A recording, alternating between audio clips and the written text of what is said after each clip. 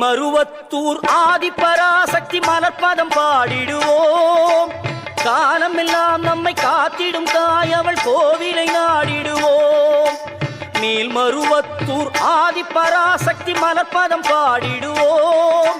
காலமெல்லாம் நம்மை காத்திடும் தாயவள் கோவிலை நாடிடுவோம்.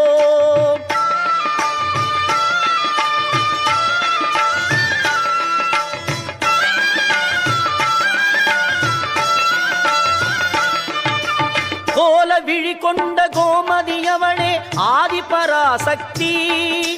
நீல விழி கொண்ட காளியும் அவளே ஆதிபராசக்தி.